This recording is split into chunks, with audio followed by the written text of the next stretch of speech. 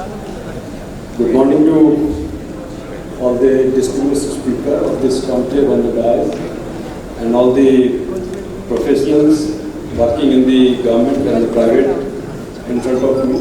I've been meeting many of you, and just like the previous speaker, I'm not a technocrat, not a technology buff, but still I think that you have seen the ACS GAD putting his idea and perspective very clearly that what all can be derived out of technology for a common man and also for the government to function. So I think if we today talk about the overcoming the challenges in implementing the digital transformation, especially in the government, then we should all have a very clear idea of what we need. So I am heading basically a police officer and working in the field all these years, since last 2.5 years, 3 years. I am looking after the computerization, digitization of the police work. So my role, the role of my department was like established very long back. But hardly anything could happen because of, you see, all across the space there was very less scope of computerization, and although early in this century we started with SIPA and then CCTNS, but they were limited to just putting some part of police working in the digital form, like filing of FIR and so on and so forth. So when I joined, I thought that there is a lot of scope of improvement. So we started taking one by one small step, and I'll just narrate some of the things that we have done. And what can be gathered out of it is for all of us, both the government and the private, they both can gather things for points of best practices that can be implemented in an organization so as to overcome this challenge of digital transformation. So this strategy should be a very clear-cut strategical approach, a comprehensive one involving the people, the process and technology. So when you are working in the government, the people has to be the center of everything, and processes, of course. The first speaker was telling that the government, the things are very rule-bound, procedure-bound, and lots of other things. You work in a hierarchy, you can't go and buy anything out of the shelf like we do it for our homes and all that. So process-bound, and of course the technology has to be compatible with whatever you were doing in the earlier legacy data and all that. So it has to be like this. So the very first step of overcoming this challenge of digitization, I would say that the clear vision and strategy should be there, as the ACS GAD told that if he wants maximum governance and minimum government, then the people should be able to take help of any services in a seamless manner and a transparent manner. So when we come and work in the government, we see that the leadership is a very big challenge. You have to, however fast you run, but if the leadership is not behind you, you will not reach anywhere. So you have to buy in, you have to rope in, you have to convince the leadership, the higher leadership, and it will not come very easy. You have to prove yourselves at various levels, and I'll just tell you one example that आपने देखा होगा कि जो Olympic में जो medallist होते हैं, जिस दिन उनको मेडल मिल जाता है पूरा देश ताली बजाता है, पर जब वो मेडलिस्ट चाहे नीरज चोपड़ा हो या मनु भाकर हो, जब तैयारी कर रहे होते हैं, ट्रेन कर रहे होते हैं, तो उनको कौन जानता है? कोई नहीं जानता है। तो इसी तरह हम लोगों के फील्ड में यही है कि जहाँ आप वर्क कर रहे हैं, you have to prove yourself, you have to get yourself acknowledged somewhere at some respectable platform. Then your leadership will get aligned and start recognizing many times not also. So that is one thing. So you have to have a clear roadmap, set goals, how to set goals, I'll tell you. So this is what we have. We have been. It has been our roadmap. There's a lot of things are there. My friends from MPSCTC use. They are in large numbers, and my team from SCRB is also there. They will get aligned with that. None of these things were existing in SCRB. All these things we started doing one by one, small steps, and do something like you do e-office. It will not lead you anywhere.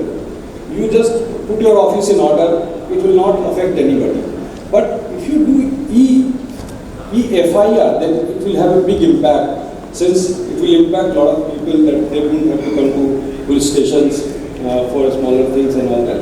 So these are the things that we can see and we can discuss on any of these issues. Since there is paucity of time, I will not go in detail. So we have been able to do it in last 3 years, 21, 22, and there are many more to be added. Or even there are small things, bigger things also. E-traffic challan, we are talking about transparency, supply of POS machines, point of sale machines, and whatever people are depositing money to the constable, they get the receipt on the spot. So number 2 is employee identification. You have same set of employees, but if you don't identify them, don't boost up them, don't interact with them, it will remain the same. And then all technological experts are there, Bhashani experts and all, NSCS experts are there. So they will all agree with me that 1 to the power n, 1 to the power 2, 1 to the power 10 and 1 to the power n is 1. But 1 to the power 1.1 to the if it is like 1 to the power to 1.1, that will make a huge difference. If you take it 30 times or over a period of 30 years, it will make huge difference, almost a difference of 36 times in that matter. So when you work, you have to change your strategy, you have to change your input, you have to change the set of peoples and the way you interact, the way you manage things, and that will take you forward. So employee identification, their skill development, all are skilled, I understand. And there is no running a race. We have time to correct ourselves. I'll say that it's not a rocket science. It's simply good average knowledge and better EQ, I would say. And involve them early and move with the team and all this. So we started with 2 facets of one for the citizen and another for the police personnel. The eFIR and eVivechana. eFIR is seamless, faceless, going to the police station and register your this thing complaints digitally. And for the police person who do multitasking, they were having anything of digital interface or anything to enter their inputs digitally. So we started with accurate logging, latitude, longitude, time stamping, temper proof, and external pressure proof, and all these things were there. And this is a separate module again by very good, knowledgeable engineers of BSCTC. I must congratulate for them. And we developed a lot of cookies were there for citizen-centric services. They were not very much in use. We took Aadhaar authentication, we took it to character verification for your private domestic helps, for your business helps and all that. And so many other modules we developed. And so it got rolling with the people also that SCRB is doing good work. So that this traction has to come both from the outside as well from the inside. If you do not gain traction, then again your digital transformation will go for a tool. And so over a period, these are a bouquet of services that we can do. We scaled up things. We made it a small module first. We scaled it. We connected it with NAFIS. We connected it with other databases. We connected with ICGS, interoperability criminal justice. Another big bottleneck in the government is that all the departments are sitting on their turf, their data. They are in their self. And nobody is willing to part with their data, not even share their data. So if you have an access to the data of the other department and it comes very handy to you, then your seniors and your acceptability in the entire ecosystem of digitization will grow on many folds. So we have an access to courts data. Courts data is very court management, information management system on it, feather in the NIC cap. So it's very easy, it's controlled by the, not very easy, it's controlled by Honorable Supreme Court Committee.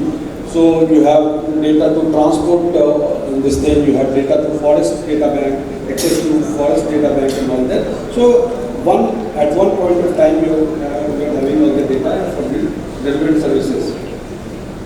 So identify not only the initial workers or the colleagues who will work for you, also identify smart users. They will be your brand ambassadors.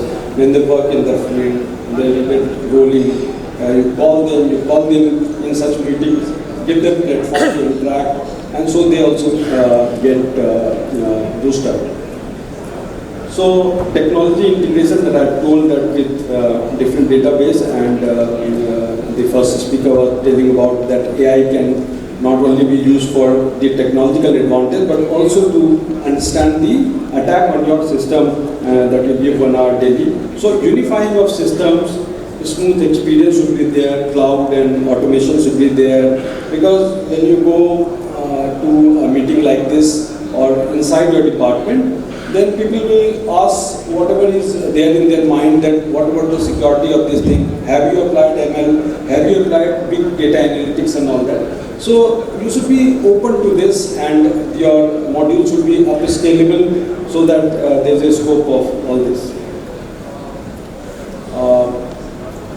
So developing and monitoring tools, KPIs, we first started doing that EDSR, and also formulated data quality management system, that if the people in Thana, they used to write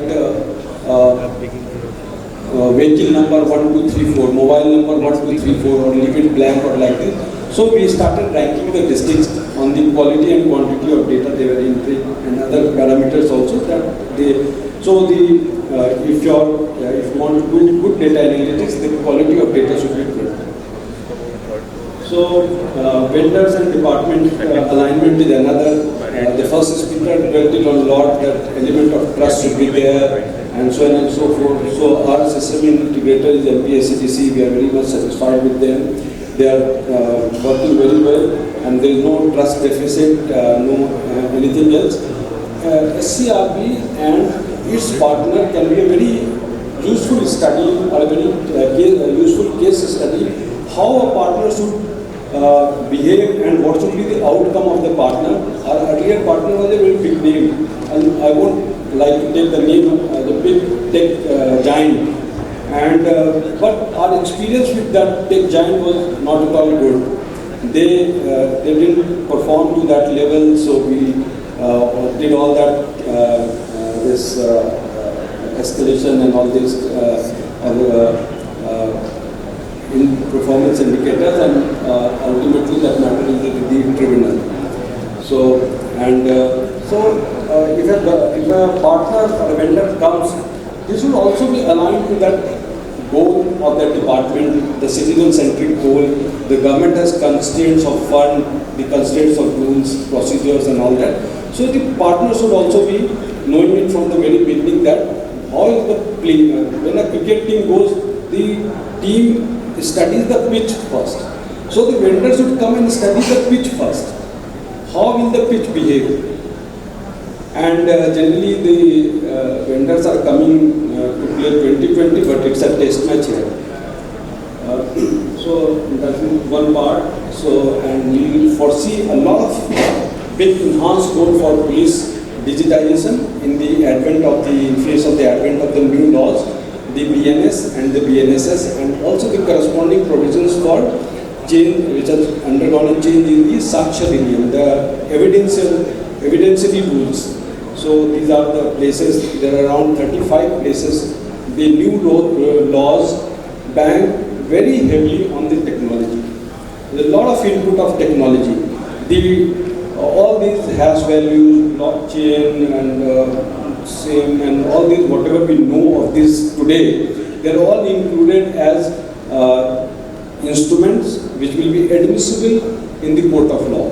and the data and the certificate generated from them would be treated as primary document. So these are the, in nutshell, these are the places where the rule of law, where the role of technology has been ingrained in the new criminal justice system. So on this I have spoken, future directions and digital transformations. So conclusion, there has to be one conclusion also. So fundamentally reshape the working of SCRB we have, and we are very thankful to the stakeholders, the audience, the people at large. They have in the media, they have acknowledged our effort and they have been reciprocating our efforts in that way. And our aim is to fully digitize the entire investigative procedure from registration of FIR to the challans and disposal by the courts and the appeal of that particular thing in the court. We will fully do it. We will do it within a year also. There are some bottlenecks. My partner MPSCDC, they are in sync with us and we are working on this, and we will fully digitize this, and it will be the first in the country. We have digitized one more thing with the help of MPSCDC, is that earlier the summons and warrants of the court used to come in physical form and used to inordinate delays, and a person who has to appear in the court of 1st of August, this summons will come on 5th of August. So it was like the human delay and so on, other extraneous reasons you all understand, there could be many.